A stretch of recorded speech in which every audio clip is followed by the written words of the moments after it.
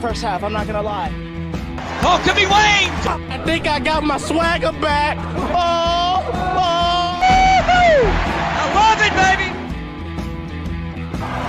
Them orange britches. Something about them orange britches. Tennessee wins! By Tennessee, Jawan Jennings. Jennings makes the pressure. Ball hit high in the air into right field. Going back is Sayre.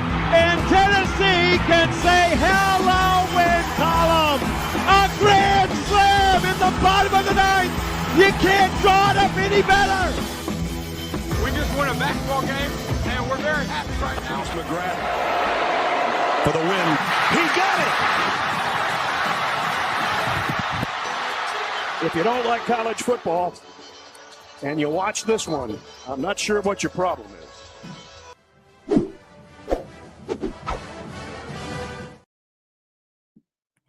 Reddit did to do, and welcome into More Important Issues. It is Thursday, December 4th. Hope everyone has had a great week. I would like to give a special shout out, Landon, to National Signing Day.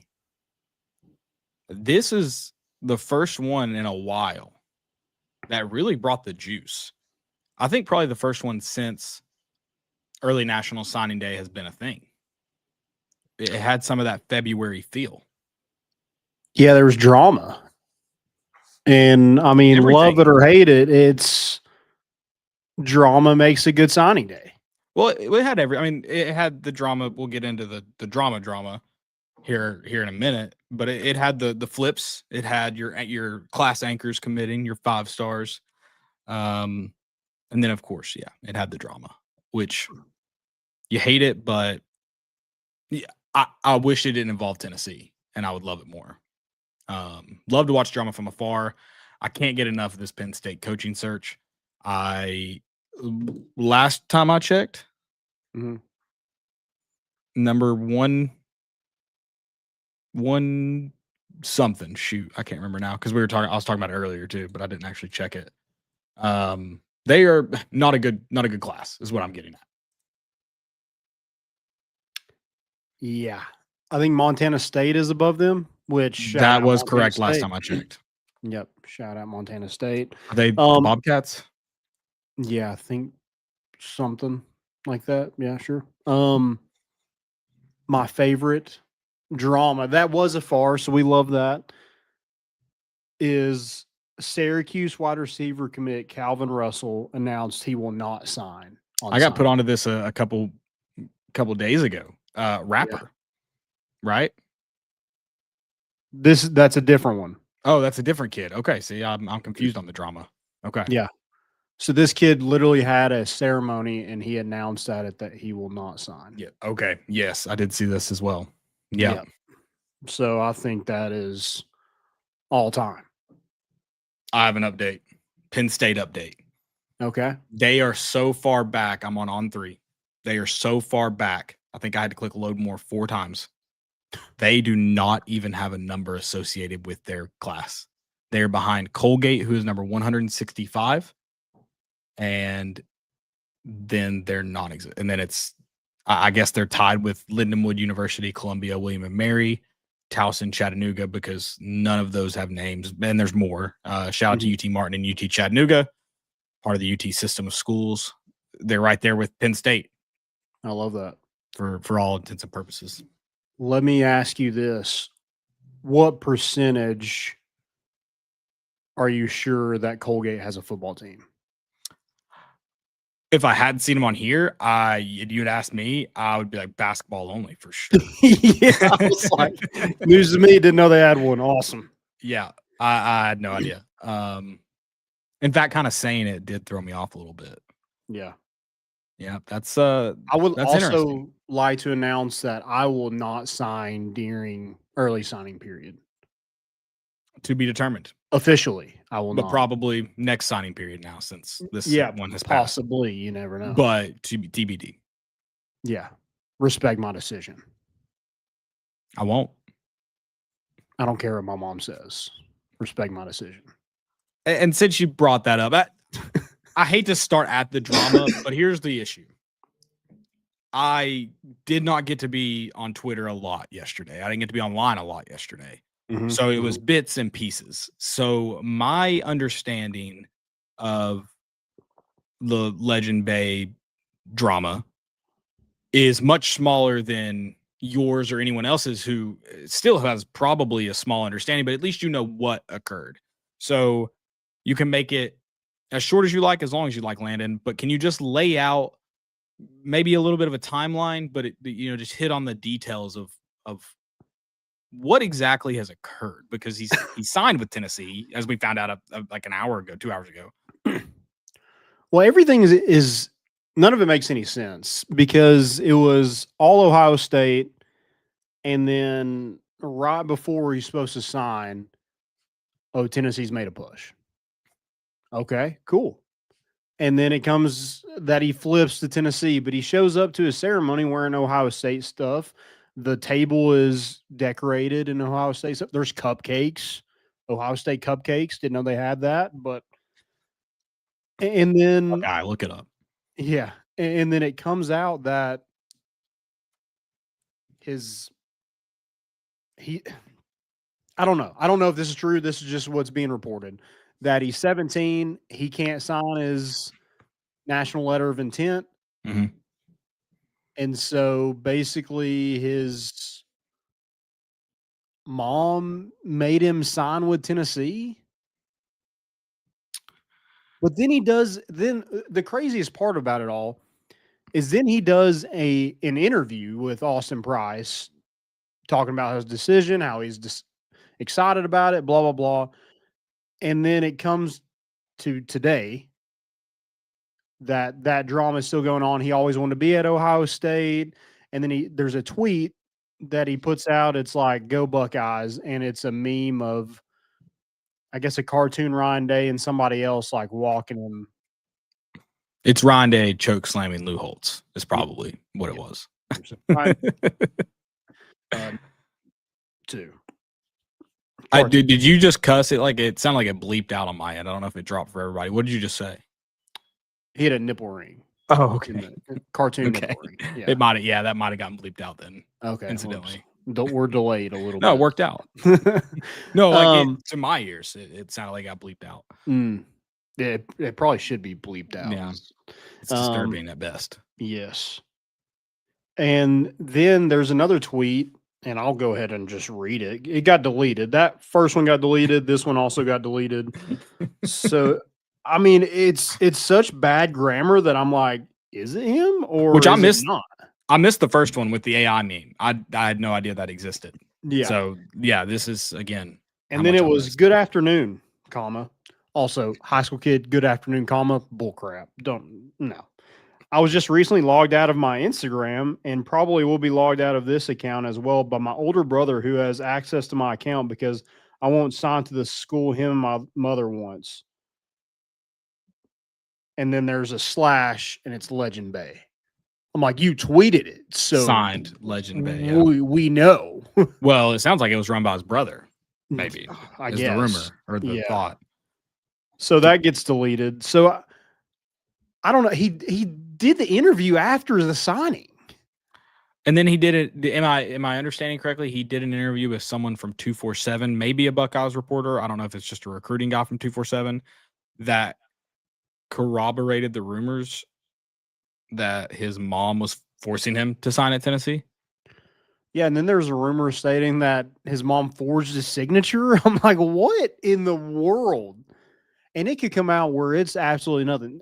I thought somebody hacked him because I looked at like previous tweets of his, and it doesn't sound like him. Does he has he signed Legend Bay before? He has not signed Legend. That's an interesting note. Just following the trail. Okay. I mean that it doesn't make a lot of sense to me. And it sounds like you knowing more, it doesn't make a lot of sense to you either. So that makes me feel better. My thought is, if this is true, if it's not true, which he has finally tweeted out a commitment photo, correct? And then apparently that was deleted. Or Instagram posted one, I guess. Yeah. And he deleted it? Yeah, I think so. What okay. I can't keep up. I give up. He's deleted all of his Tennessee stuff from his My stance is probably not going to change because it sounds like this at least has some validity to it. Josh Heupel and Tennessee just need to rescind their offer. This is a disaster waiting to happen. Whether it's truly whether it's that or not, it's a disaster waiting to happen. He's probably not going to even show up to campus unless his mom's going to tie him in the car and drive him down here, it sounds like. So is that how you view it? Why would they not just cut ties? I mean, I'm with you on it. Like, one of the parts that I'm just confused about is all these Ohio State fans, like, how dare Tennessee lock him into that? Number one, no one's locked into anything anymore. Have we not? It would be different if this was 10 years ago and he signed it. He has to come to campus. Sorry. He can literally enter the transfer portal in a month. And that's what doesn't make sense either. He turns 18 in 3 weeks. Can he not? 3 weeks from now, the new semester hadn't begun. Can he not then go enroll as an 18-year-old without a signature from a parent at a university? Yeah, 100%. So I don't get why this is, again, that's why, I mean, some of the story doesn't make sense, let alone some of the results have said, whether it's that story or not. Again, whether the mom stuff has validity or not, it's clear he isn't set on Tennessee. Yeah. So is Tennessee going to let this drama encapsulate him right now, or just like move on? Yeah. Can we just say I don't think after this year dealing with the mom drama, we need zero more mama drama on this team. I mean, what do you mean? Every time there's drama, whether it's preseason from someone currently on the team or preseason recruiting, it never works out for like the player never does anything to benefit us. Right. So cut ties. I saw someone say this is embarrassing for Tennessee, and they alluded to embarrassing for Tennessee because of the way he's acting. It's only embarrassing in my eyes for Tennessee if they don't cut ties. Yeah. Because, okay, he's not choosing you, Landon. 100 different players don't choose Tennessee every year. Who cares if they don't choose you? It is what it is.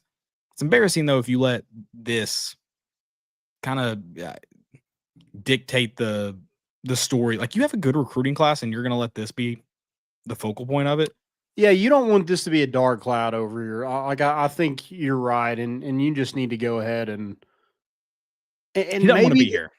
Yeah, he doesn't want to be here. Well, he's not all in, at least.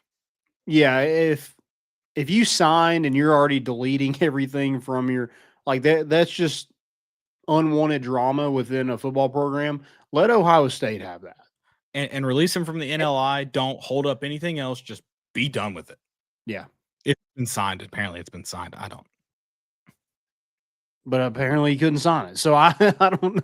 I don't know. And I mean, if you've paid him money or whatever the speculative Buckeye fans have thought, that's a loss. Shouldn't have done that.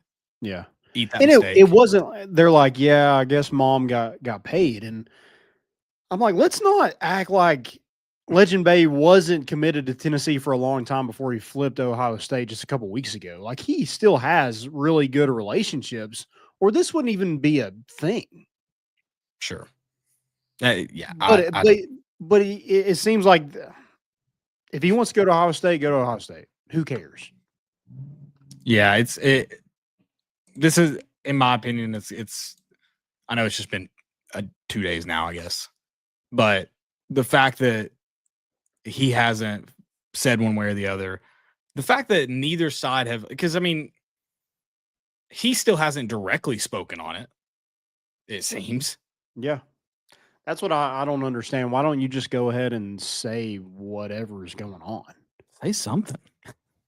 Yeah. I mean, don't just like post stuff out there and then delete it. I'm getting concerned he's being held against his will with all these rumors about his mother. I think someone needs to go check on him. Yeah. It's getting weird. I mean, one thing, I think they don't want to move to Ohio, and I would totally get that. If they don't all have to move. Yeah, but you kind of know how that works. I mean, they'll probably have some sort of. When you're wheeling and dealing $1 million NIL deals as a freshman, yeah, probably. Yeah. Which I get, dude. I wouldn't want to live in that shithole either. But if that's where he wants to go, that's where he wants to go. Sure. I do think it's interesting that like this whole thing came after Brian Hartline took the job at USF. And that's when it kind of, I don't know if it opened the door, but that's what it seemed like. Yes, but I'm not convinced it would have happened regardless. It might have. Yeah. Who knows? Just because you have that Ryan Day's my boy quote or something. He's my boy. Well, yeah, apparently not. He's a head coach that offered you that was going to pay you millions of dollars. Yeah, he'd be my boy too. I don't understand any of it. I wish this drama had occurred elsewhere, and I would be eating up every minute of it, but not into it. Ready to move on. Speaking of moving on, this 2026 class. Let's go from the very top out, like just big perspective here. How successful of a day did Tennessee have? I mean, I think really successful. I mean, you talk about just the guys you landed, and I know we're not going to Legend Bay, whatever that is, who cares? But the other three guys that Tennessee landed that weren't already in the class, I mean, that was a huge get because, I mean, we're talking about you need to just have dudes along that defensive line, and you added a 4-star and Carter Smith from UCLA. You added Jordan Carter, who is a Texas A&M commit, another edge rusher. And then you added J.J. Finch, who is an Alabama commit. So you're stealing guys away that had a really good offer list in a position of need where you can have, I mean, you can't have enough defensive linemen. So no, we'll see, made clear by this season. Yeah. But we'll see kind of where they end up along that defensive front. I'm sure those bodies will change a little bit. You know, who's a strong side defensive end, who's a Leo, who might be a defensive tackle at some point.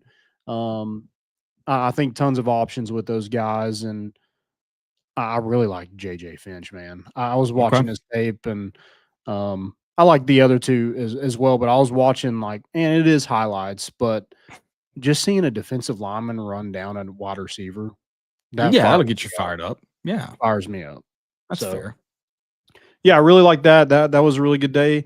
I think it was other than the Legend Bay stuff, Celeste Moa, you landed 2 5-stars without any drama. Yeah, it was all positive without that. Yeah. In fact, Landon, I think the only negative I could say about yesterday, because I don't even think, as of right now, I don't even think the Legend Bay stuff's necessarily negative, because I don't know how much Tennessee can control of that outside, again, of just saying we're done. Yeah. I think the only negative, and curious to see, but I think I'd just say, okay, with a lot of the big guys, big names they got, including those flips, what does this transfer portal look like? Because going into 2026, you have to address a ton of immediate needs in the transfer portal. And so I'm really curious to see how that plays out. And that's another reason why I would just say, well, we're going to cut ties. We're not going to deal with this drama, and we're going to shift that money to the transfer portal. Yeah. That's a lot of money. 9 times out of 10, he probably wasn't going to be a factor next year anyway. Yeah, very unlikely, right? Especially in Josh Heupel's, and especially as a receiver, maybe a running back of some sort. But then again, you're talking about a true freshman at running back in the SEC. That's hard to do. Sure. Yeah, absolutely. Are there any? Speaking of, it doesn't necessarily have to be negative, because again, I think there's too much positive to really rain down many negatives. But a position that didn't get addressed in this class that you're going to probably need to in the portal. Definitely running back. I mean, you don't have a single. Legend Bay was only he could be a running back, maybe. Other than that, there is not a running back in this class, and I think it was a need anyway in the portal. Sure. Because I just think you have Deshaun Bishop. I like what you have in DeJuan Morris. Star Thomas is gone. Peyton Lewis, I don't know. It just, I don't know. That one doesn't seem like it's going to work out to me. Maybe it does, but just from what we saw last year, his playing time just significantly dropped toward the end of the season. And with that being your second year, maybe the writing's on the wall a little bit that, hey, maybe it's time for a new start somewhere else. But Tennessee has to land a good back in the portal, and I think that's hard to do. I don't think you have Quinshon Judkins in the portal, but I think you need a guy that you can pair up with Deshaun Bishop, a guy that can catch a ball out of the backfield would be nice. Yeah. Yeah, they just need a playmaker. Sure. And I think I think there'll be running backs available. Like you said, you don't need a guy to come in and be the premier guy. But I think to pair, like you said, pair well with Deshaun Bishop, get someone that complements his traits and is a similar back. I just adding the being able to catch out of the backfield is the only thing I would say. I mean, what I would love in a perfect world is go get a true home run hitter. And what I mean by that is I mentioned this after Deshaun's big run against Vanderbilt. He's always had the speed. Like in my opinion, there was never denying his speed. If he got space, he was going to take off. He doesn't have the ability to create the space on his own in the shiftiness and being able to break away from a tackle and then go. So it had to be blocked cleanly. I think if you could find a guy that's shifty and able to get away on his own, like that's huge. That add because you have so much of Deshaun Bishop. Mm-hmm. But yeah, agreed. It'd be nice to have a guy that can kind of create big runs on your own because I'd have to go back and look at his stats. I mean, not many runs over 20 yards this year. Yeah. I mean, you had the Alabama one. I think there was one against Oklahoma, maybe. So I'd have to go. Yeah, there wasn't a ton. Look. No, wasn't not a lot. And it wasn't just him. It was neither could the other running backs. And that's I loved it. President of the Deshaun Bishop fan club. So don't even begin to think I'm slandering him. Look, just strengths and weaknesses is all we're pointing out. Yeah. Go find you somebody to. I mean, this team doesn't like complimentary football this season, but hopefully next year they won't play complimentary football. Get you a guy that can compliment Deshaun Bishop, please. Yeah. Next question about this class, sticking in the 2026 class. You get Faison Brandon, your anchor, your big time quarterback commit. What do you view is his impact, his role in 2026? Now that it's official, he's signed. Yeah, I mean, going to the just him signing, it kind of goes under the radar because he's been committed for so long. It's been much quieter than the last big name quarterback to commit to Tennessee.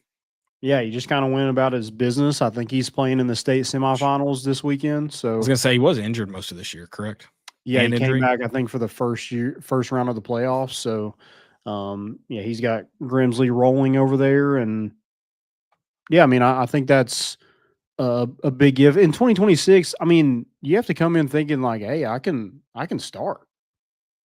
Yeah, it's an open door. There's no, I mean, unless Joey gets the second year, and even if he does, I feel like I still think a guy like I really think from a coaching perspective, I have to assume with George McIntyre having a year under his belt and you're hoping he'll grow and be able to put on some weight, and then bringing in a guy with the pedigree that Faison Brandon has, you have to be viewing it as a competition, whether it's Joey Aguilar or a transfer quarterback that is mature and has some starts under his belt. I think you have to be viewed, whether that competition lasts a day, a week, the whole fall camp, I think it has to be viewed as a competition in some degree.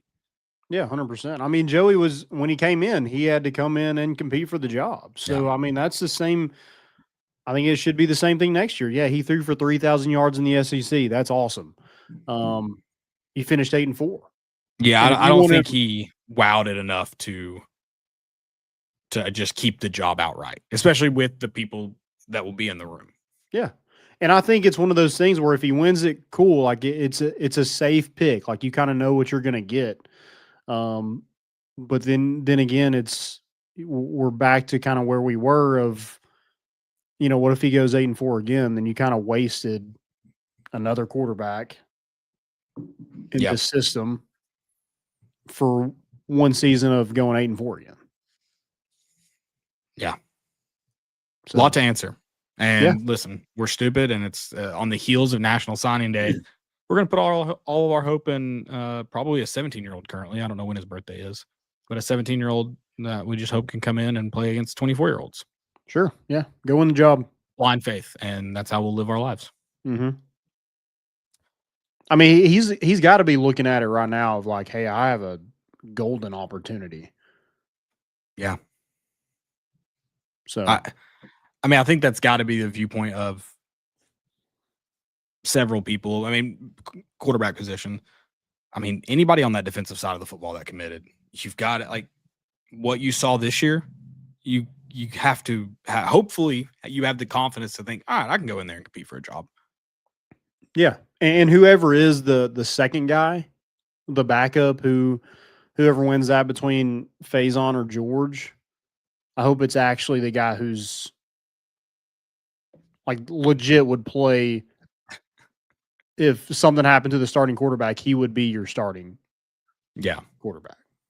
Yeah, that's a great question about this year. Who would have actually played had Joey Aguilar gone down? Or would it have been another competition and then we didn't see any George in the middle of the game? They're going every other series.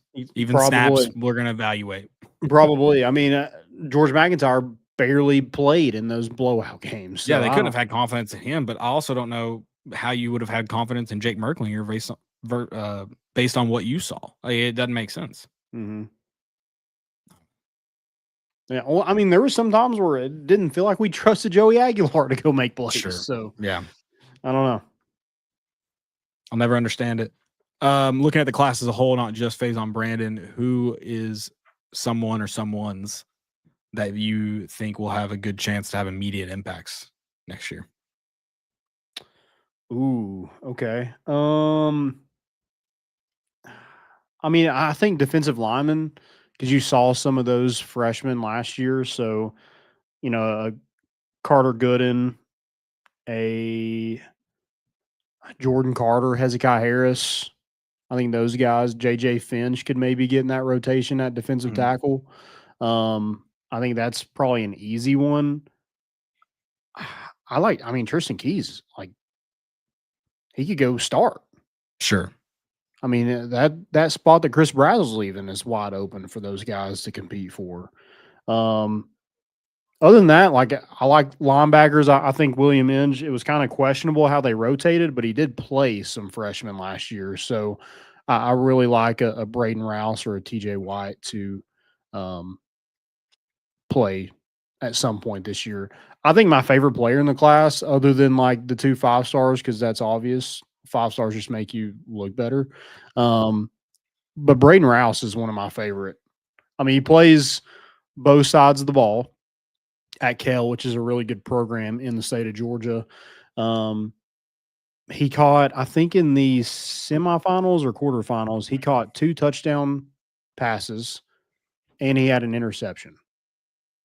And he's a linebacker, and he plays like tight end, running back kind of, or tight end, wide receiver type on offense. So I really like Braden Rouse. I think he might be one of the best football players. I don't know about the most talented at his position, but overall football player, Braden Rouse is a dude. Okay. Yeah, I like that. Any position changes that are potential to happen? Tennessee liked him somewhere else. Joel Wyatt is one. And that was one he almost didn't come to Tennessee because Tennessee wanted him at edge. He didn't want to put his hand in the dirt. He wanted to play in the secondary, which, hey, if you're one of the top athletes in the state of Tennessee, I don't care. If he doesn't want to play edge, he's not going to be good at edge. You think he picked up the phone call or the phone? I don't know, like week 5, and he's like, "You really don't want me at safety?" Yeah, that's another great point. He's like, guys, y'all need me right now. I'll enroll today. Yeah, just say the word. And that's one position that you're just like, if Joel Wyatt isn't going to be a safety, which you didn't really think he was going to be, if he's not, then like you're kind of didn't help yourself out. I mean, you're going to go get a guy in the portal. You had to anyway, but another kind of strikeout there at that position. And maybe somebody is a Ty Redmond and comes in and plays that's super underrated that you're not expecting, but I don't see any immediate impact guys that you recruited at that position. That'll be a must-need portal. Yeah. We'll get. Yep. Gabriel Asinda, does that help the Gabriel Georges. Is that the correct? Yeah. Okay. Baylor. Yeah, I mean, it can't hurt. I was like, it's not Georges Gabriel. Okay. Gabriel. David Gabriel Georges. Yeah, it's Gabriel Georges. Yep. Does that help the pipeline? Is it there? Yeah, I don't think it hurts having him and Jemian Theodore in this class. And then you had Joakim Dotson the year before. I mean, just continuing to use that pipeline there. Maybe having Marshall Manning. I was going to say Marshall Manning's in that pipeline as well, I think. He might be your top recruiter. Who knows? He might be your Coach Chop, your ace recruiter you didn't even know you had in your back pocket, Marshall Manning. Yeah, I said I was putting all my blind faith in a 17-year-old. It's actually a 14-year-old currently enrolled at a boarding school in Chattanooga. Mm-hmm.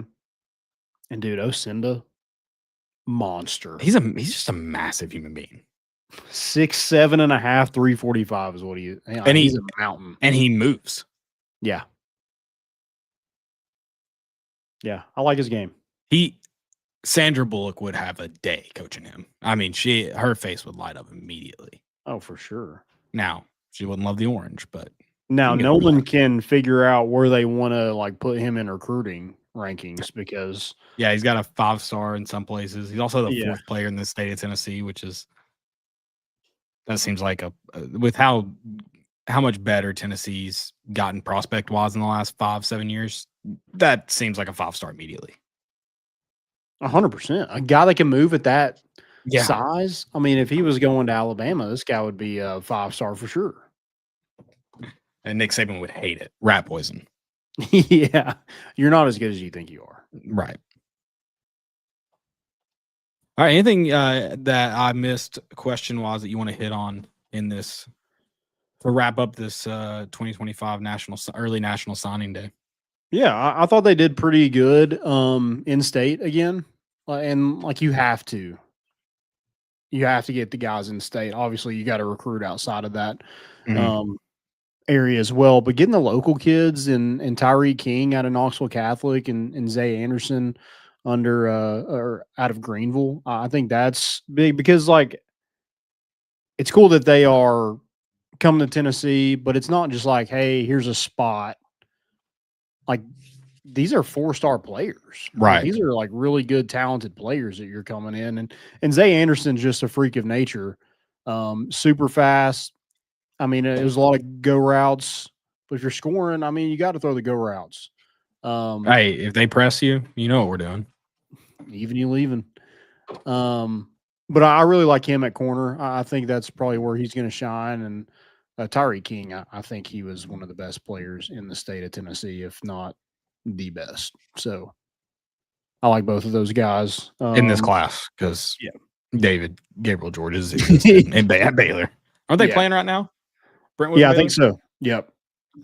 I was sometimes, and I don't know if it's just the local Knoxville team or the East Tennessee teams. Sometimes that's on like my VLT or something, and I couldn't find them. Yeah. And Tennessee did lose Celesi Moa yesterday. I think we mentioned it briefly, but I mean, he stayed at home in Utah. What are you going to do? Apparently, they offered a ton of money. I was going to say, it sounds like the Mormon church came through. Yeah. They have more money than the Catholic church, so you're not going to beat that. I mean, it would be like Haslam's. Tyree King going to like USC. It's like, what are we doing? Throw him some money and get him on campus now. So I don't hate, like, it is what it is. Tennessee's done well recruiting wide receivers, so it's not the end all be all. I think Celesi Moa is probably going to be I mean, he said he could play safety, which kind of sucks, but I think he was coming in as a wide receiver, probably in that slot position. But you have Braylon Staley, who isn't going anywhere. You have Tyree King, who also plays that slot. So I don't think it's a huge loss in that regard to lose. I think they were just like, oh, nice, great athlete. Yeah, let's get it. Let's figure it out when he gets here. But it's not the end all be all, I don't think. No, yeah, absolutely. I think Tristan Keys and Tyree Key are actually like Braylon Staley. Like, they are receivers. They're not just really good football players, really good athletes. They are receivers coming out of high school. So Right. So when you kind of look at it as a whole, did you have like a one position you're like, I mean, that position struggled? Struggled in recruiting? Mm-hmm.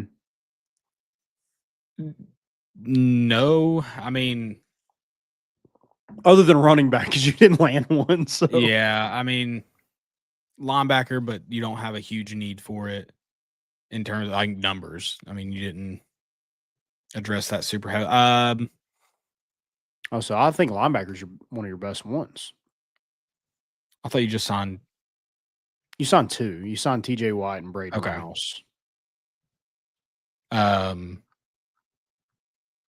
then I mean, tight end again. It's like you got someone, but I mean, you don't need it. Which I don't know how that room's gonna shake out in the transfer portal. Mm. Maybe no one leaves, but I would be surprised. But you don't need it, so it's not bad by any means. I'm not disappointed in the signing class at all. I mean, again, the only negative I would say is the part about the transfer portal, and that just comes down to how you spend your resources. So I'm just curious how they spend them in the transfer portal, because you mentioned how you still want to win in 2026.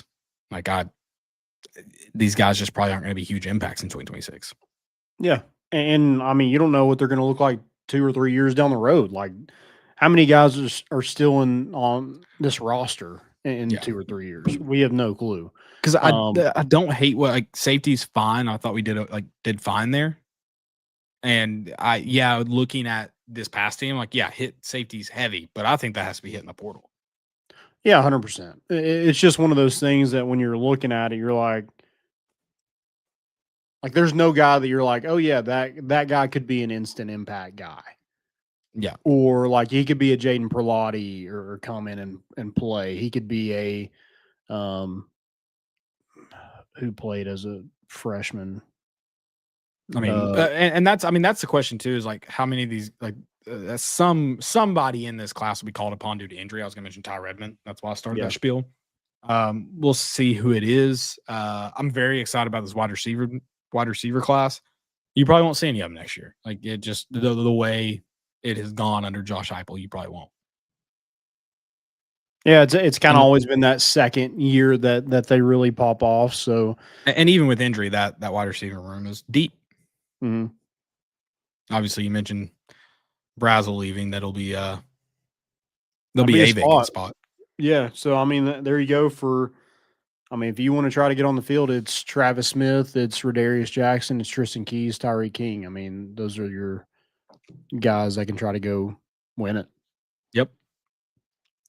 54% blue chip. So that should keep the blue chip ratio pretty high. Yeah, and be good enough where they rotate a little bit at that position.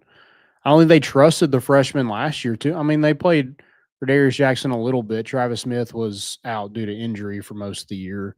But after that, I mean, they played 3 guys. Yeah.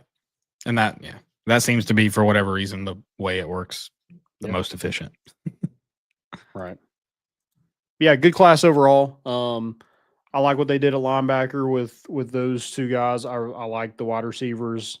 Obviously, the quarterback. I mean, you landed a top quarterback, and you've landed him forever. So this is one of the best class, I think. Oh yeah, and I think that's landing a punter. Like, you kind of like lower your ranking a little bit because of it. Like, you were top 5. I don't think you went down to 7 after you landed the punter, which. Whatever. Tennessee's a borderline top 5 class. I mean, you can split hairs for, I don't know, 3 through 8 probably. So, and then you have USC, who has like 35 guys in their recruiting class. It's number 1. I was looking at it now. You mentioned that the top 4, because I didn't consider that being a part. USC did not sign a punter. Yeah, Notre Dame has signed a punter every year, Energy. But they didn't. Unless they're labeled as an athlete. 35 guys. Load up, baby. Yeah. And then Georgia signed 30. I mean, Tennessee only at 28, but 35 is and only 1 5-star. That's kind of I think that's a little inflated to be the number 1 recruiting class. Oregon, no punters of note. So top 3 so far. Okay. No punters or kickers, I don't think. Oh no, Georgia did get a kicker. Have you seen the Australian punter's like profile picture on his recruiting pages? Wait, what? Have you seen the Australian punter's like profile picture on recruiting pages? His recruiting profile? Logan Foley. Yeah. Well, yeah, he's got the Australian football jersey on at the tank top, so it rocks. Okay. I think we should make Tennessee Australian football jerseys next year. That's a print money idea, Danny White. Yeah, let's get him some. Where's he? How old is he? I mean, he looks 35. Okay, They're all old. Okay. I don't know how old he is, but I mean, he's 6'6", 209. He can't do anything else but punt a football. Can he play safety? So I would guess I mean, I don't know how much you'd want him to do, but I mean, Australian football is essentially rugby. They play both sides, right? I think it's even more chaotic version of rugby, which I guess rugby is not very chaotic if you understand the rules, but it looks like chaos, much more chaotic than football. If it's your first time watching a game, you're like, oh my God, like these guys have no clue how to play football. Yeah, in Australia or rugby, both, I guess. Yeah. Mm-hmm. It's questionable at best. Okay. No, I can't find his age. So I'm curious. Because how old Jackson Ross? He's old, but I don't know how old. Yeah, I mean it's whatever he says how athletic he is, like I'm going to take that with a grain of salt because we've heard how athletic Jackson Ross is, and all we've seen is him punt it with both feet, which I guess is kind of impressive, but at the same time, I want to see how far he can throw a football or how far he can throw an orange for that matter. He's only 23. He's younger than the 2 quarterbacks that started in the last game in Neyland Stadium this year. Do you think he's like, Coach, I think I could win the quarterback battle? Oh, you think he's ready? Gunslinger? Well, I was thinking like last year. Do you think he was like, Coach, put me in the hat? Yeah, sure. Why not? Yeah, really good class. And taking one away from Alabama on National Signing Day is awesome. And we have a 23-year-old punter. Love to see that. Yep. All right. All right. I have a question for you. This is about football. Okay. What are 2 or 3 things that need to be fixed before next football season? Oh, gosh. Oh. I think I got number 1. Stir the pearl, get the hell out. Oh, if we're going that route, yeah, I can do that. We need a Smokey. Bad. Yeah. Yeah, we're talking about consistency. I mean, the only thing he was consistent at is being anxious. Yeah. And listen, no disrespect. It's similar to the Legend Bay situation. Like, just time to cut ties. And it's not, you don't want to be here. Yeah, it's hard to drug up a dog when there's 100,000 people watching you too. Yeah. And I'm disappointed too because I've offered Brutus many times. Okay. And I think no one would even tell the difference if you put that little shirt on him that they put on Smokey. I don't think you'd be able to tell the difference at all. Okay. I like that. I won't offer Kaya. I'll offer Carly. She's still in recovery from her ACL a year and a half ago. But you're just giving us another banged up Smokey? What the heck, dude? Yeah, and she kind of has anxiety too, so this might be the worst. But I'm willing to try it. Brutus has some anxiety, but he also just loves people more than dogs. So I think that would be fine. Like, that would be all right. If he's the only dog in the stadium, he's like, I can do this. Yeah, Georgia game would get nasty. Yeah. Yeah, he get riled up. Yeah. Yeah, no, I think that would pay dividends for sure. You know, another thing I hate about going to games now, timeout breaks and whatnot, they feel like a minor league, and probably major league too. They feel like minor league entertainment. Like they were playing, what was it? Like guess something on the jumbotron during a review during the Vanderbilt game. And I'm like, show the replay. Oh yeah, we don't. I don't want to guess what I don't want to guess what player that is in their baby photo right now. I don't want to play it ever, actually, but especially right now. Yeah, these guys have helmets on. I have no clue what anybody looks like. And Jackson Also, let's Ross's just pictures go in black and white. When in doubt, Caleb, Club Sturl. Why Can do someone I just tell me what he's doing when he's turning the tables and what's going on? It's like they gave a child a toy. It's like when I give like my nieces and nephews that want to play video games, I just hand them a controller with no batteries in it. That's what they're doing with Sturl the Pearl, and we're supposed to just keep entertaining that. Yeah. I mean, he's like the 60-year-old DJ. Like, what the hell? Yeah. No DJ, by the way. That's the way you said that. It's like replacing with someone younger. No DJ. We don't need a DJ at a football game. Music. That's all he's just on the aux. We got to get back to our roots. We've got these club seats, bleachers everywhere. The club seats, you can do them in the suites. You can have the suites club seats.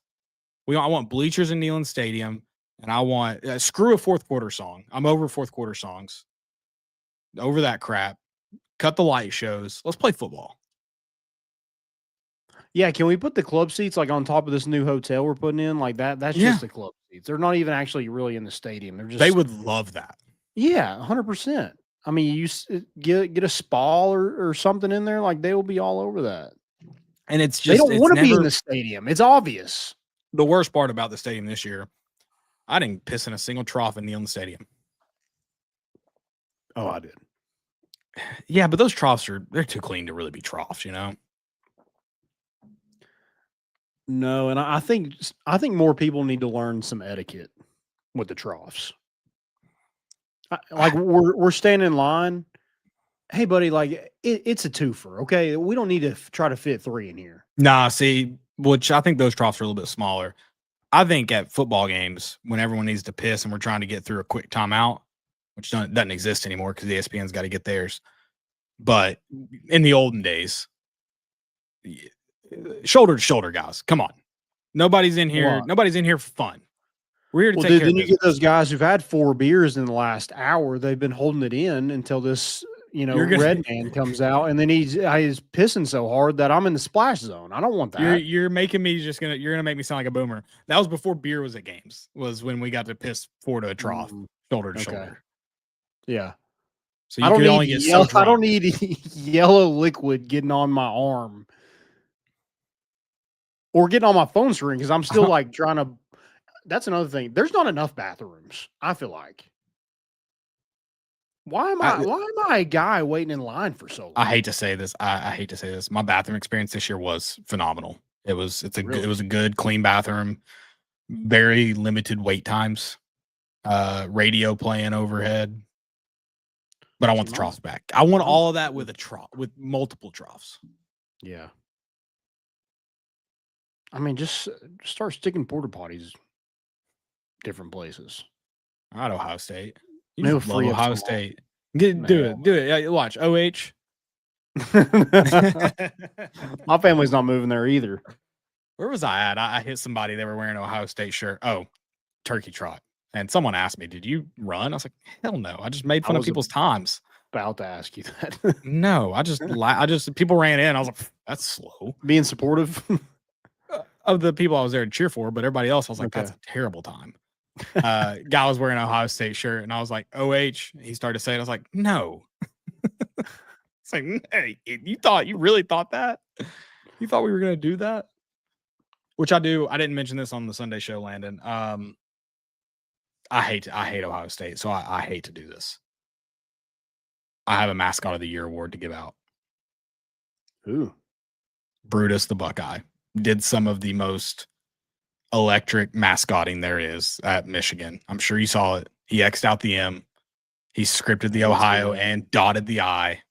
He had Michigan staffers on their hand. Connor Stallions came out of nowhere to clean that up. He had them involved. He was there? No, but you know how he got on his knees for Michigan all the time. You know he would have. Sure. He's like that guy from the Firefest film. Taking one for the team. Yeah, he's like, Mr. Harbaugh asked me to. I'll do anything for Michigan. Yeah, I mean, outside of football stuff, I think we hit on everything that needs to be fixed in Neyland. Take the north end zone jumbotron out. I'm over it. I don't get to see anything on it anyways. So I want 100,000 people back in that stadium. Bleachers and take the jumbotron out. I don't need it. I'm a purist. Okay. Yeah, I like that. I mean, I sit so tight in the bleachers. I think everyone needs to experience it. You know the football pants problem you have. You take them off. Where'd you go? Have a seat back? No, after this year, the way people man spread it on me, I think I'm going to do it next year, which I hate because I think that isn't good for everyone else around me. But I don't get no respect. Yeah, I like it. I love it. But I'm also on the end, so like that helps. Yeah, a ton because my dad can man spread and be in the aisle a little bit. I want to know who has the 6 tickets next to me. Can I have 2 of those? Because you're never there. You sell them every week, and apparently, Landon, all season tickets are sold out, so they must be owned by somebody. Got to. I guarantee you, if I call the ticket office, I can buy them next year. I would bet money.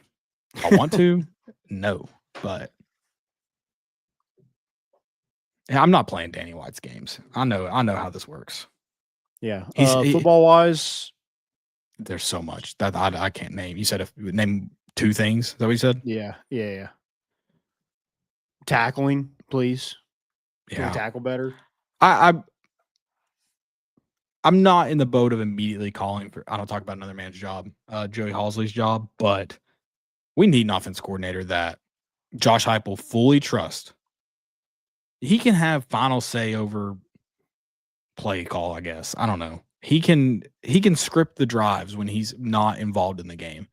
Someone else needs to be in charge on game days of the offense. And if it's not Joey Halsley, or if it is Joey Halsley, excuse me, well, then we're going to talk about another man's job because it's time. I think that's my biggest fix for offense. Defense, man, well, I'm just giving up hope. Yeah, offense, I think a foot on the gas at all times. And when your foot's not off the gas, you have to find ways to impact the football game that aren't scoring, milking the clock, sustaining drives. It's okay to not be pedal to the metal 110% of the game, but you still have to impact the football game. Yeah. Yes, Ronnie, we should. I think we have to do something with that ritual. I think we all kind of fall on the ground a little bit. I don't have the room. Here's how it's so absurd at this point. I mentioned it. It may have happened previous years. This is the first year I've noticed it, where we've got a guy rolling around on the ground, trainers in his face for way too long. It went to TV timeout. Pick him up and get him off the field. He's faking it. The band starts playing Rocky Top. Mascot Smokey and sometimes Dog Smokey are running through the end zone right in front of this guy who looks like he's dying on the. It's embarrassing. And if any Tennessee fan loves that, thinks it's smart, if you think it's smart, especially, don't ever talk to me about flopping in soccer. Ever. Well, here's the thing. If you're going to do it, your defense needs to be a lot better than it is because it didn't help the defense any at all. No. It's so dumb. It's probably my biggest gripe against Josh Heupel. And I get the thought behind it, but I think it's really stupid. Yeah. And I think I'm all about the gamesmanship. I think there's a room for it everywhere, but it's so old. And like you said, it just looks so dumb when our defense sucks. It looks so dumb when our entire fan base is singing Rocky Top while lineman's grabbing his knee, and then he's back in on the next extra point. Yeah. Yeah, I agree with that. Also, I'm tired of our worst position on the field being a defensive back. Yes. It can't be that anymore. Yes. And your defensive coordinator is coaching your safeties, and that was the worst position on the field this season. That cannot happen. Correct. That's bad. I'm shocked no one pointed it out. I've thought about it many times when I complain about the safeties. Yeah. I'm shocked no one. Your defensive coordinator is coaching safeties, and that is the worst recruited position as well. Yeah. Go get you a dude. It's time to make some tough decisions. If you're keeping Tim Banks, whatever, somebody else has to coach safeties. He can't do both, apparently. Clearly. Yeah. No, it's obvious. Yeah. It's obvious. I had one more boomer take to lay out there. What was it? Okay.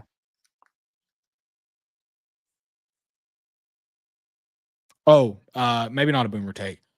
I move, and I will vote for whatever representative in my district runs on this platform to move the budget table, the federal government budget, like line day that they vote on it to the spring, so that it never impacts my football flyovers ever again. If a government shutdown, if you are in office during a government shutdown that keeps a Tennessee flyover from happening, you will not get my vote in the next election. Period. End of story. Those were the worst 2 weeks of my life. Yeah, and we lost. It all had to do with flyovers. Or you need to have a provision where those can still happen during government shutdowns. Yeah. One or the other. Make it happen. You get my vote. And you will not get it if you're in office when a Tennessee flyover can't happen because of a shutdown. I don't think that's unfair. Yeah. My last one is if you get the ball thrown to you on 4th or 3rd down and short, catch the ball.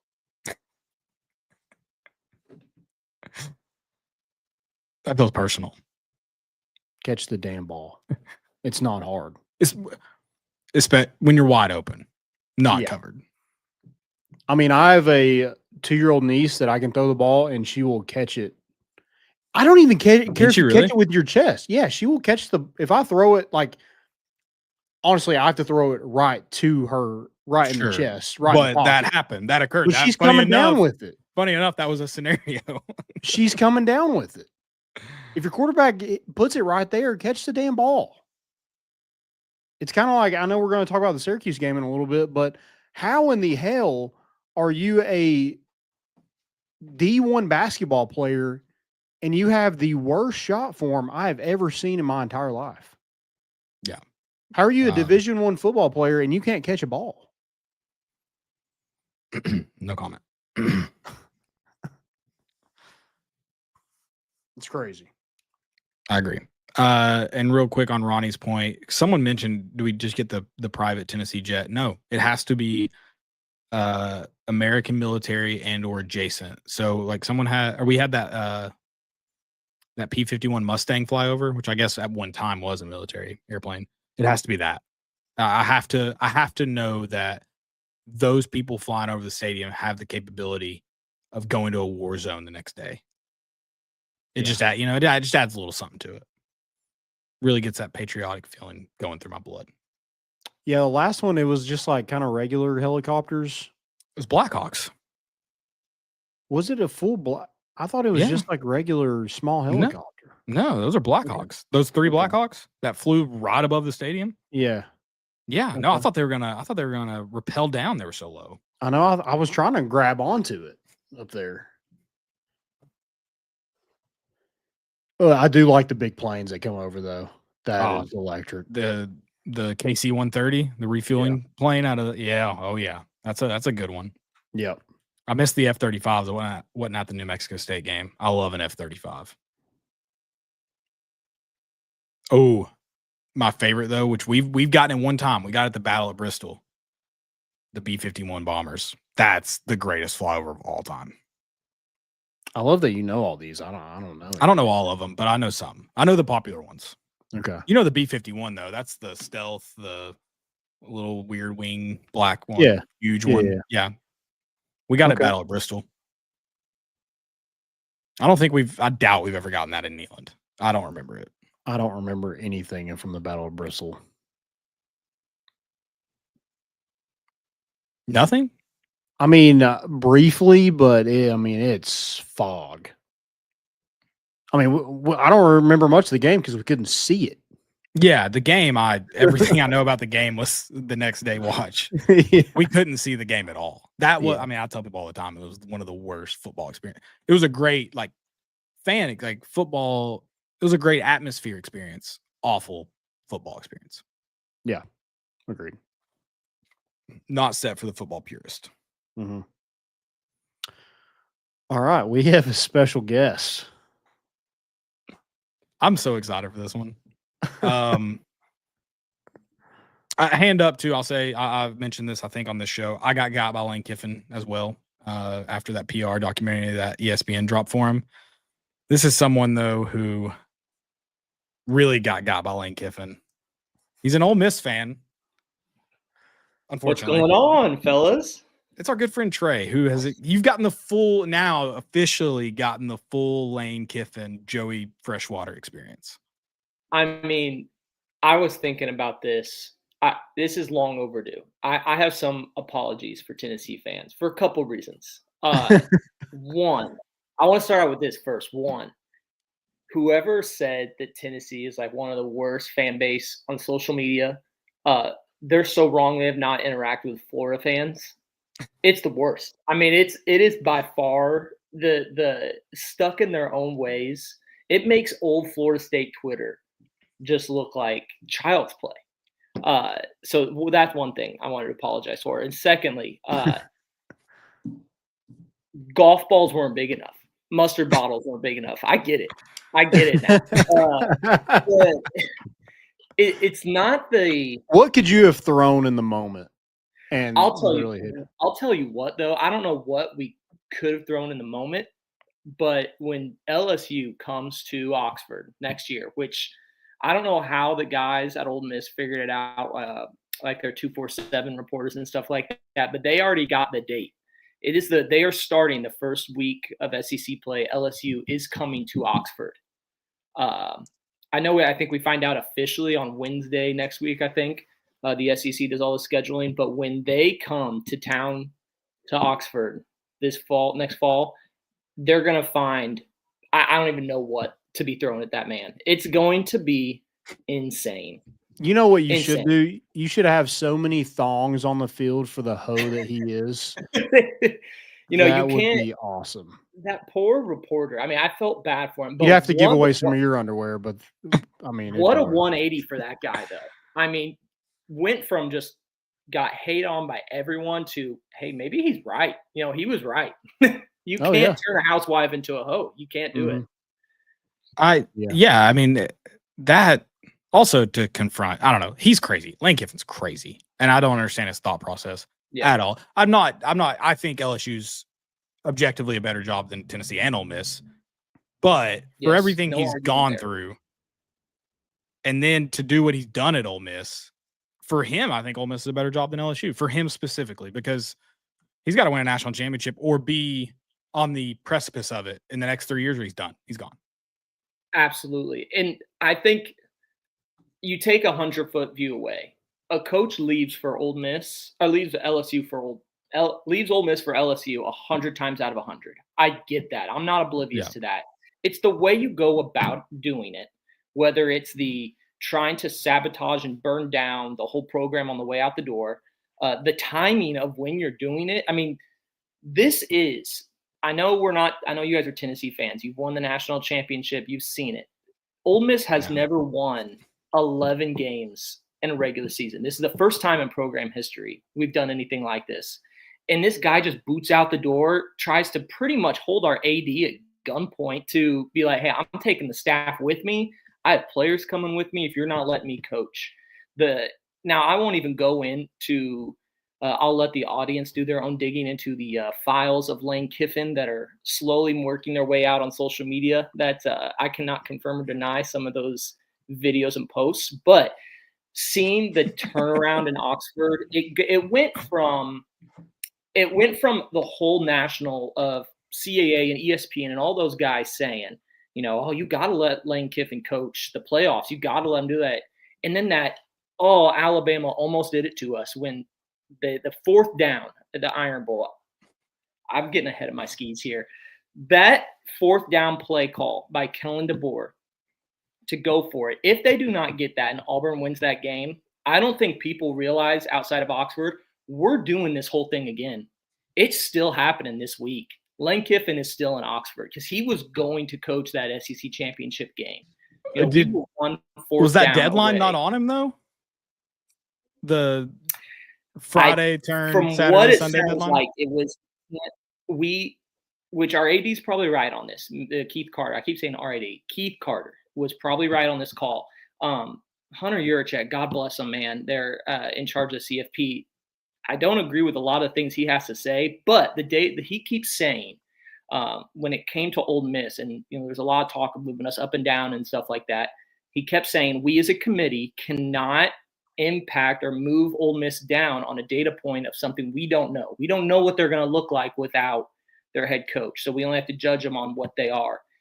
If we go play that SEC championship game, you got to keep Lane in, because if we go out there without him and we throw up a clunker to Georgia, let's say we get killed, we're probably out of those playoffs. I mean, we're out of it. So you had to, the theory was that he was more than likely going to have to stay another week. But this all stemmed back when Ole Miss lost to Georgia earlier this year. Lane Kiffin came out. I think it was almost like week 9 when we lost to them. After the press conference, Lane Kiffin came out and pretty much said, maybe it just can't be done here at Ole Miss, maybe and just turned on us. And a lot of people started pointing, maybe that's the time. There was pictures of Kiffin and Kirby, sitting outside the offices after the game, really having those in-depth discussions. But that's where it started. And I really do think he didn't want to be at Ole Miss anymore. But the problem was we just kept winning football games. It just kept happening. That Ferris State quarterback, man. That dang Ferris, which, by the way, all the people saying, hey, Lane Kiffin turned that D2 quarterback into – Lane Kiffin did not know who Trinidad Chambliss was until he showed up to campus. Our recruiting guys, the offensive coordinator, Charlie Weiss Jr., he found Trinidad Chambliss on a Twitter video that was given to him. Lane didn't know who Trinidad Chambliss was until he showed up to campus.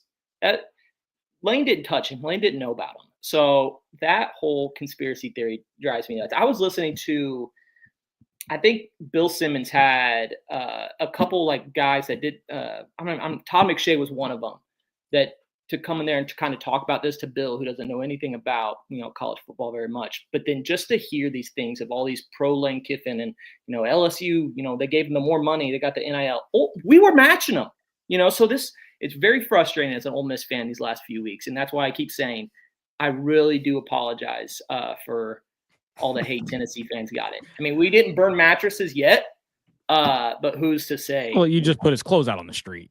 We did put the clothes out on the street. You ran him off the road on the way to the airport, apparently. Did you guys see the video of the Mississippi Highway Patrol came out and said, that was not a happening. He got a police escort. Oxford is a very, very small town. They just released a video statement. I thought you meant they had dash cam footage of it. Oh, no. Okay. No, I was like, that would have been awesome. From Lane Kiffin's office to the airport in Oxford, it's about 1.5 miles. He had a police escort. No one was driving him off the ground. He was just blowing it up, And he didn't drive. No, he didn't drive. He didn't touch the wheel. No. I don't think he can because of what he did. He didn't even. He's got a suspended license. Yeah. Do you all do you and the Ole Miss fan base? Do you all love Marty Smith, or what is the thoughts on him? I can't speak on behalf of everyone. I think a lot of people love him now. I think they saw that him age in time. what the whole college football world got to experience in the 7 hours of Marty Smith on ABC that last Saturday is what we've been dealing with the last month and a half. The will he go, will he not? You saw Marty Smith go at 8 a.m. that morning at the Manning Center to a bright, happy guy with a Southern accent. By the time it was 9 p.m. at night after the Iron Bowl, Marty Smith looked like a dead man walking. And that's been us. You just saw the emotion just. I'm shocked you guys like Marty Smith because I like Marty Smith. But after that, he was just such a mouthpiece for Lane Kiffin and probably CAA and ESPN. It's like it felt like he was only going to tell a good story. Yeah, the bigger hate that a lot of the Ole Miss fans had. If you guys remember the statement our athletic director put out, it would have been right after the Florida game. He came out and pretty much said, "Hey, me and we've met with Kiffin, and we have decided that after the Egg Bowl, we will expect an announcement." During that meeting, it is kind of just been known that the AD and Jimmy Sexton and Lane all came to an agreement to hey, Lane, let's shut off the Twitter. Okay, let's get off the social media, because he was doing things like that Florida game. I don't even know if the tweet's up anymore. He tweets from the car. One of his last pictures he tweeted during an Ole Miss timeline is 2 hats sitting next to a state trooper, and it says Kiffin 2026, and it's in powder blue and red, trying to allude to, he's coming back to Ole Miss. To tweet that out is now just trolling your fan base, and so the AD and Jimmy Sexton and everyone exactly was like, let's set down the Twitter. So what Lane Kiffin decides to do instead of, tweeting himself, Chris Lowe became the biggest talking head. Everything Chris Lowe was tweeting out during that time when Kiffin was on suspension, that's what a lot of Ole Miss fans really started ripping into. Chris Lowe, Brett McMurphy, all those guys. But since then, I think Kiffin may have burned some bridges with Chris Lowe, because now Chris Lowe's starting to turn it back on Lane a little bit. So it's been a lot of rah for Ole Miss here lately, which is nice to see. That doesn't usually happen a lot, But you're probably the outside fan favorite to win a national championship, because I think a lot of people would like to see that to spite Lane. Absolutely. I think that's and I think that has also helped us in the college football playoff as well. I know it's a committee, and we have done a lot. We are 11-1. Ole Miss is 11-1. I just say we're a fan podcast. It makes it easy, right? But it's I was really under the assumption, and a lot of people did, hey, we'll probably drop down. Texas A&M will probably stay ahead of us. But to see where that committee kept us in, and I know you guys have probably not focused in much about it because Tennessee's not in the playoff mix this year, but the cut line between the 6 and 7 is a big jump for Ole Miss. That 6 spot, you're probably getting those G5 teams or Virginia. Drop to that 7, and you're looking at Alabama, rematch versus Oklahoma, possibly Notre Dame. That's a big thing. So for us to stay up, I think that sentiment of a lot of the public national, hey, let's prop these guys up. Let's keep due respect. Counterpoint: if you all get to go play at Alabama, and especially win, Given might try to come back. He might want to rejoin the forces. He might. You make Ole Miss a better a job than LSU. I mean, that'll be his next dream job. It could be. Yeah, and that's the other thing. There's 2 things I want to definitely focus on with Kiffin real quick before I head out of here. One, to all the LSU people that think this is his last job, this is it. I was there. These are 2 guys that were there. It's not. This is not his dream job. So take that back out of here. There's always something new for him. And you're telling me that it may not be Alabama. NFL comes calling again. Who knows? USC comes calling again. I know they kind of burnt him, but who knows with him? So that's one thing. But 2, let's talk about the elephant in the room with him. What he's doing to this dog. Do you guys realize what he is doing to this dog? He's dragging it from its real home. He gave it up for adoption again. It was already up for adoption. He adopted it. He returned it. Now he's stealing it back. He's taking what legally is his, but it not in the heart. It's not heartly his. He is taking the dog, a Labrador Retriever, one of the best dogs. I grew up with Labs. They make you happy. The best dogs are always happy. This dog at Wild Rose Kennels, Juice Kiffin. I know. Retriever. Shoot. He's got a golden retriever. Juice Kiffin is at the Disney World to live at for Labs, and allegedly is like this great duck hunting dog. And I was gonna. Whoa! I'm not saying it's a bad thing. He's working. He's not on vacation. That's but like he's living his best life. I'm saying. Sure. Though. A lot of people get value from work. That's Absolutely. fine. It's just not Disney World. But this dog is living his best life. Has been with this owner, for 3 years. The guy who's really kept him for the last 2 years. And Lane Kiffin's going to take him away. What does that say about him as a man? I would like to take away say a dog, a happy lab.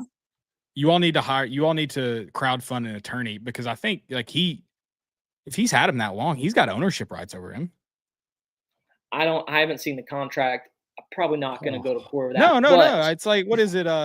Possession is like 90%, or ownership is 90% possession, whatever. I don't know how it goes. I'm not an attorney. I'm not giving legal. My legal advice is hire an attorney for legal advice. He should have to pay child support, right? Is he paying child support? Yeah. I'm sure he's got the money for it, What are they going to do? Is he going to have a enclosure like Mike the Tiger outside of Tiger Stadium? Like what the hell is he doing? And he doesn't want to go to freaking LSU. It freaking stinks and it's hot as hell. I don't know. A lot of people on Twitter. He's going to have so many hot spots from that nasty air. The Baton Rouge is this beautiful place, Yeah, Charlie Wise Jr. Yeah. He went on the plane and he's like, hell no, this place stinks. He got so up out of there, which that's a whole nother issue, because this story's not ending currently. There's more to it. And I think here in the next week or so, more is going to happen. There's a lot of scuttlebutt. To get a little bit deeper in the weeds, the old GM at Ole Miss, Austin Thomas is his name. He helped us really big in recruiting. He was big in that class of getting us the Jackson Dart, the Walter Nolans, all of those guys. Yeah, he left Ole Miss a couple years ago with another head recruiter, Kelvin Bolden. They were at LSU. Lane Kiffin walked in the door. Those two guys, they're gone. A lot of them are starting to work their way back to Oxford now. Is Austin Thomas going back to Oxford? That's the word on the street. That we need to make a call. We need a GM. Do you have full faith in Golding? Like you're all in. How's the alcohol level for him? I think Pete Golding's a really good defensive coordinator, really good. A really good defensive coordinator does not always make a great head coach. No, they always pan out. They always pan out. I know. Don't listen to us. My fear is former Zach Alabama Arnett defense 2.0. coordinator. Okay. Zach Arnett 2.0 is my fear. I think that is, but what about Jeremy Pruitt? Could be Jeremy Pruitt as well. It's pretty sick though that you all get the interim experience for games that really matter. That's pretty cool. Well, he's not an interim. They stripped that. That's true. I think they messed up. I think they should have. You got to stick the interim tag on him. Yeah. Make the boy. Yeah, get interim magic. Make the boys play harder. Earn him his job. We did not mess up. The only thing we messed up on is naming him. Yeah, you did. Letting Lane Kiffin coach that Egg Bowl. Because of that, it was known that old boy Tulane Sumrall wanted the Ole Miss job. He wanted it. He was holding out until last minute. And Lane Kiffin kept pushing this off because he wanted to have his cake and eat it too.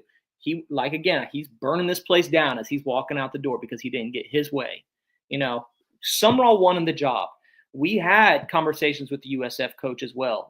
These were all lined up for us to do this, but we couldn't do it because Lane was still sitting there twiddling his fingers, So he blew it up right in front of our face. But the best part is we get to put the ball down. We're still playing football.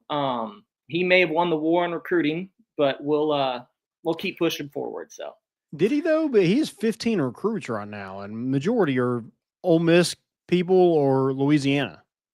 I think because he's not a great recruiter out of high school. That's just not his thing. No, he's not. And I think that's going to piss a lot of LSU people off because they love recruiting. Mm-hmm.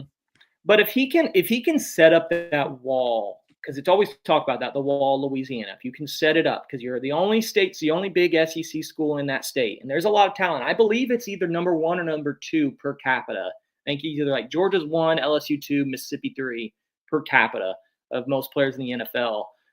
They're consistently number 1.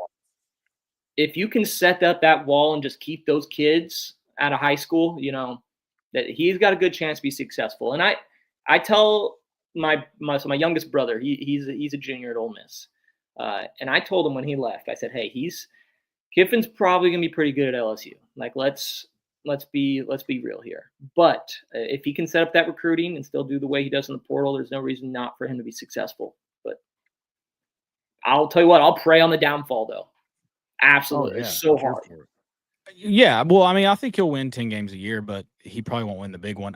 Someone mentioned, I don't remember what I was listening to. They said they think he's afraid of the moment, and I have to agree. He bailed out of the playoffs. I think we have to assume he's afraid of the moment. If Ole Miss fans aren't going with that yet, they should go with that. If they tweeted that, I'd piss them off. I mean, Juice Kiffin will be tweeting mean things at Ole Miss fans soon. Juice Kiffin will be coming at Ole Miss fans here very soon. There is a point to say that in the biggest games, Kiffin has definitely struggled. But is that because he doesn't have the talent at Ole Miss? Who knows? But they were more talented than Kentucky. It's because he's a hoe. He is a hoe. I mean, the biggest blow-ups Kiffin has had at Ole Miss, a lot of it has had to do because of Lane Kiffin. We started in 2022. We started the season 7-0. And then the Auburn rumors started swirling. He was going to take that. If you guys watch the ESPN 30 for 30, they kind of play it off. His daughter did the presentation. Lane Kiffin was going to Auburn. It was going to happen. He was going until he wasn't. Hence why a lot of Ole Miss fans were so hesitant that he was going to make this jump to LSU. Maybe he was going to be going until he didn't. But we had it rolling, and then we lost the last 4 games, got killed by Mississippi State in the Egg Bowl. We lost to a really bad Texas Tech team in the postseason. And then you look at that next season, which historically is one of the greatest rosters in Ole Miss football history. Most first-round draft picks, most draft picks, period. He was allegedly having some relationship drama the whole week of that Kentucky game. Still the worst. One of the worst. One of the ex-wife? No. Girlfriend at the time, not the ex-wife. Okay. Are you not in on the Lanestein files, Landon? No, I just love, I love confronting somebody that you're not a hoe, but then there is a picture of you sending a flexing picture with your shirt off to a random person. That's what hoes do. Like I said, I didn't come on here to talk about that. The audience can look that up and make the judgments on those. But. You are going to be asked about it. The man's. I'll be asked. I've seen him. I've seen him as well. I've seen them all. You have them on your phone. I guarantee it. That's what a lot of people. You got a ton of them. You got a whole file on your phone. That's what a lot of people not familiar with SEC football, and probably college football in general, but especially SEC football, don't understand is that they're like, why is all this stuff coming out now? I'm like, listen. When he's your guy, he's your guy. You protect him at all costs. Mm-hmm. The moment he's not your guy, he is Satan himself. This is just how it goes. So what's your favorite Lanestein file, though? One of my personal favorites that it's not as deep, but I find extremely funny, and this was more recently here, all these hot yoga instructors in Oxford coming out, telling the stories of thank God I don't have to have someone coming in here now complain about my playlist, or, while we're hitting child's pose, he's trying to do a 50 jumping jacks in the corner and shoving people around to really get a good sweat in. That cracks me up because I totally see that from him. I think those are the funny ones. When we found out Lane Kiffin was going to hot yoga, we knew it wasn't to do hot yoga. Like, come on. You do jumping jacks? And it may have been at one point. Yeah. Now he just sweats in general because he lives in Louisiana. Just go outside and start sweating. Good for him. And maybe that's what he wanted. Exactly. Maybe it is. I don't know. But I'll tell you what he didn't want. He didn't want to go win a national championship. So anyone that says that he's scared of it. I think he truly thinks we can't win a national championship. And he may be right. Ohio State looks – I don't know who's beating them. But to jump ship on a team. You can't say when he came to Ole Miss, his press conference here, we didn't come here to be good. We came here to be great. I came here to win championships. There's a famous speech he did after we lost to Alabama in 2021. It was like a hoo-hoo, rah-rah. We almost beat them. We almost beat Bama at home. And Kiffin came in there furious, just yelling at everyone saying, I came here to win championships. No, you didn't, dude. You came here to clean up your act, to try to put your life together, to be with your family, which I respect that. You did. You changed from that standpoint. But you did not come here to win championships. You came here to use us and get on up and out the door. The whole E60, I was oblivious to it. I thought, hey, this is a changed man. He loves Oxford. No, he doesn't. He did his thing. He got out the door. He played us like a fiddle. Yeah. He did. But damn, winning those football games was fun. When I went to Ole Miss, so my freshman year was 2016. So I was there with Hugh Freeze's last year. So I saw Hugh Freeze get fired, 2 years of bowl bans and suspensions. We were on probation. We had 2 years of an interim head coach. I think I saw us win like 3 SEC home games in my 4 years there, and we played Vanderbilt twice. It was terrible. It was awful. So now I go back. We were there for the Florida game a couple weeks ago. It was the largest crowd in Ole Miss history. It was just incredible stuff. Hey, we'll take it. Well, 68. I like my little stadium. It doesn't bother me one bit. But I like that you called it your little stadium. That's sweet. It is. It does. It's perfect for us. But we would take it back in a minute. I hate the way it ended, but if you put any Ole Miss fan, gun to their head, they're going to do it again. Especially if we go on this run here. Yeah. We'll do it again. Well, Trey, I wish you the best. Hey, invitation. I don't know really what that means, but I wish you the best. Hey, open invitation September, I think it's either 16th or 19th. We'll know for sure on Wednesday. I'll be there. You guys are so welcome. We got season tickets. We got a tent in the Grove. It's going to make January 6th look like a tea party, dude. It's going to be bad. I'll be there. I'll be there in my blue blazer khaki pants. Yeah. If Greg Sankey I'm gonna have could, him he come make that to the game on SIP shirt Wednesday. on. We're killing that. We're killing the SIP. We're killing the powder blue. No, I'm wearing it underneath my blue blazer. It's official. Good call, Landon. Yeah. Great call. Well, I appreciate it, guys. So yeah, man. I told Landon I wanted to see you cry. This is like a bad moment that we're just making you talk about, but we do appreciate it. No, I don't like how you seem so optimistic. I really wanted to bring some pain out. I like it. I'm proud of you for it. I just prefer pain. If the playoffs weren't in the picture, like I keep telling all my friends from home, they're like, "Hey man, what do you think about this?" I'm like, "Dude, 11-1 home playoff game. You can't hurt me right now. You can talk to me in 4 weeks." I'll tell you one thing: playing at Ohio State and us warming up with our shirts off and getting blown out, that'll suck the air out of your run. Keep the tarps on if you end up there. I think when the transfer portal opens for Ole Miss and we start seeing the mass exodus of current players on the roster, I think you'll start. That's when it starts to get pretty ugly. Do you have any like really good safeties?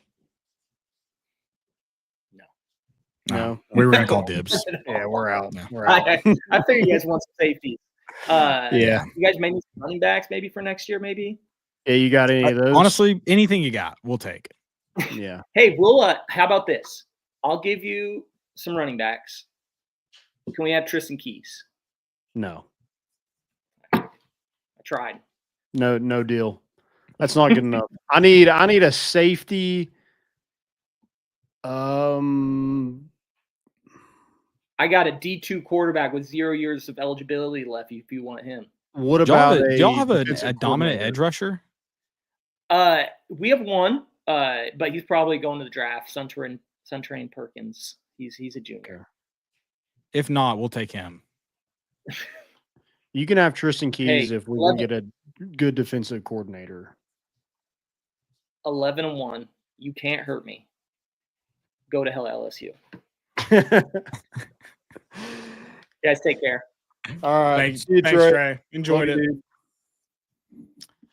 Appreciate Trey. Our boy Monty said this is a weird episode. I mean, listen, we're in a weird spot in the calendar. We talked about for an hour about signing day. Content don't sleep. We're just putting out content. We talked for an hour about National Signing Day. And it looks like some of Trey's friends were in here, but for a second, Landon, I thought they might have been Austin White burners. I see Call Me Mr. Business, and I love that we're taking somebody's ticket. I was going to pay for my own tickets, but I will take someone else's tickets. What I need to do. I just want to know where I'm at on this pecking order and know that I'm above that guy. But I definitely thought Fear the Deer was he's talking about Will Stein up here. I thought that was for sure Austin White burner. Which, I didn't want to bring it up. I didn't know to him. I didn't know how the excitement level was of Will Stein. So we'll just circle back with him at some point. Yeah. All right. Tennessee basketball real quick. Tennessee did lose a tough one to Syracuse. Jalen Carey rocks. Jalen Carey's awesome. If we can, I don't want JP Estrella to ever practice again. I think he needs to be put in a bubble as soon as he leaves the court for a game. Wait, did I miss this? He got injured in practice? No, he did get injured. Okay. I thought, okay. Okay. I thought But it was, but the way you said that. The dude is just, always injured. We need him. Yeah. You got to have him healthy. Definitely missed him the other night. Jalen Carey was really good. Had a career high 22 points, 10 of 16 from the field, 9 rebounds. Oh, man, a rough game for Nate Ament, man. 7 turnovers. Yeah. 2 for 10 from the field.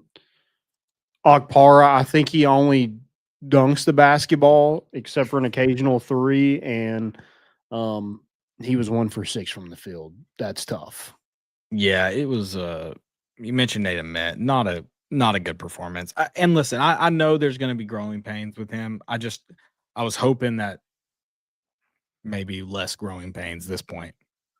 But maybe get there to the SEC play if we want to look at the, silver lining of it all. Monty Nate did look like a freshman. I agree. It's the hard. Like, I'm not too torn about it. The only thing I'm upset about is I was just my hope, talking about blind hope in 17-year-olds, 18-year-olds. I was just hoping that maybe we were going to get past those quicker, which I get it. It's different. It's just going to be one of those things where, I don't know what he looks like this year, but in 3 years, he's going to be a really good NBA player. And you're like, man. Yeah. And it was really good until the competition went up. I think the physicality is hurting him. I think he just needs some confidence, man. And I don't know how you get that. Like, him dribbling the basketball is not his thing. He runs into too many things and he picks up his dribble. He gets to the free throw line, which is really good. That's why he's scoring points. But I feel like he needs to find his shot like the mid-range. Like, he needs to pull up. I don't think he's a three-point shooter, really. I mean, the 2 misses he had were bad. Not deadly for sure. Yeah. I don't know. I think he needs some confidence. I don't know if he needs to try to get to the elbow and maybe work a little bit I don't think he's a post player, but I think he can work from the post and maybe get to that mid-range, get the ball, maybe turn around, hit a jumper. Yeah. I think that might be more of his game. I don't think it's bringing the ball up the court and trying to drive to the basket. He's not Jacoby Gillespie at all. Sure. That just has to be better. If Tennessee doesn't get better play out of him, I think they're going to struggle because Gillespie is a great scorer, but if JP Estrella's hurt, you have Jalen Carey, you don't really have many other options. I mean, Cade Phillips, I like Cade Phillips, but man, he just doesn't give you hardly anything. I don't like Cade Phillips as a basketball player. Yeah. I just don't understand, like, why do we – it seems like we find these guys who, like, seem like they're – like, the only highlights are of them dunking, but never shooting. Like, how do you get guys to come to your program that's at an elite level, I feel like, usually a top 15, top 10 program, and you're recruiting guys who have no offensive ability at all? Yeah. I don't know. That's a It bad sounded loss. like it sounded like you put a question mark on there. I think you just put a period on there, and I think your statement's correct. Yeah. I mean, that Syracuse team is not. They were 5 for 19, or I'm sorry, 13 of 22 from the free throw line, 59%. That was one of the worst free throw. I mean, they beat us. If they hit their free throws, they beat us by 10, 12 points, Caleb. Yeah. And I mean, really, the way we played, they should have. Yeah. And Tennessee was 8 for 15. I mean, it's like we played just like them. Yeah. Not our night. I vote we never go back to New York this time of year. Ever I again. agree with that. Yeah. It seemed like, I mean, you had Nate Ament, they were walking in the snow, and he's kind of like tensed up a little bit, didn't like the cold. Oh, did he have his top off too? No, he didn't. I mean, he would have broken half, Caleb. He weighs like 110 pounds. So, yeah, just a rough game. Hate to see that. And it only gets harder. You got Illinois, and then the next game you have Louisville. So it doesn't get any easier. I think Tennessee desperately needs a win. They've lost 2 that they probably, on paper, should be more talented than. Yeah. Here we go. I think that game really sucked because, like, after Saturday, you're like, can we just get a win at this game? And it looked like Syracuse was going to run away with it. Tennessee came back, looked like they were going to win it, a close one, and then you end up losing the game by 2. Which I know Rick Barnes is probably disappointed in the fight of this team, but I mean, for how bad they played, I was shocked that they were still in it as late as they were. And and what ended up being the difference in the game was that cheap basket you give up before halftime. 100%, yeah. I think we're the worst defensive team at the end of the half. That's what it seems like. It seems like every time somebody's scoring us right before the half. Yeah, it seems like we get torn up by randomly all the time. It's very unfortunate. Dude, love it. They had 8 blocks. I mean, we Landon, that's not good. Every statistical category. I mean, that's just we were a better basketball team, and you just lost, and then they stormed the court. So, which Syracuse storming the court against Tennessee, that just seems. So I walked out of the room at the buzzer, and then I heard them say that. I was like, they stormed the court? Yeah. And that's exactly what I said. I was shocked by that fact. I mean, we're not like that far out of like Syracuse being a really good basketball program, are we? No. I think it doesn't make sense. We're not even a top 10 team. It doesn't make sense at all. I take that back. I was going to say it kind of makes sense, but I mean, for the factor that you just said of we're not very far removed from them being a good basketball program and team to us not even being top 10, no. We got to be at least top 10, and I'm still probably laughing if we're not number 1 or number 2. Yeah. So, I mean, I guess that says something about your program, but and maybe just Syracuse are like, dude, we gotta win. Just desperate for a storm. Yeah, I mean, it was. Yeah, I don't know. I hate it all. But that would have been their 4th loss in a row if they would have lost to us. Oh, okay. I didn't realize that. I understand the storming now. You got to get in on the action when you can. I get it. All right, back in. I mean, they desperately needed a good win, and I mean, they freaking got it. They desperately needed a win, and then yeah, need JP Estrella back in a hurry. I thought Dwayne Brown played good too. I did want to mention him as well. He looked like it. I mean, he should get more playing time than Cade Phillips. And I would probably agree that he would probably get more playing time than Okpara. Okpara didn't look good.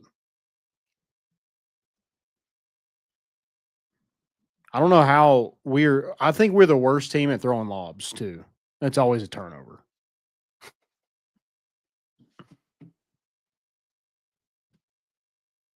I don't know. Hey, you got to win Saturday. Big one in Nashville.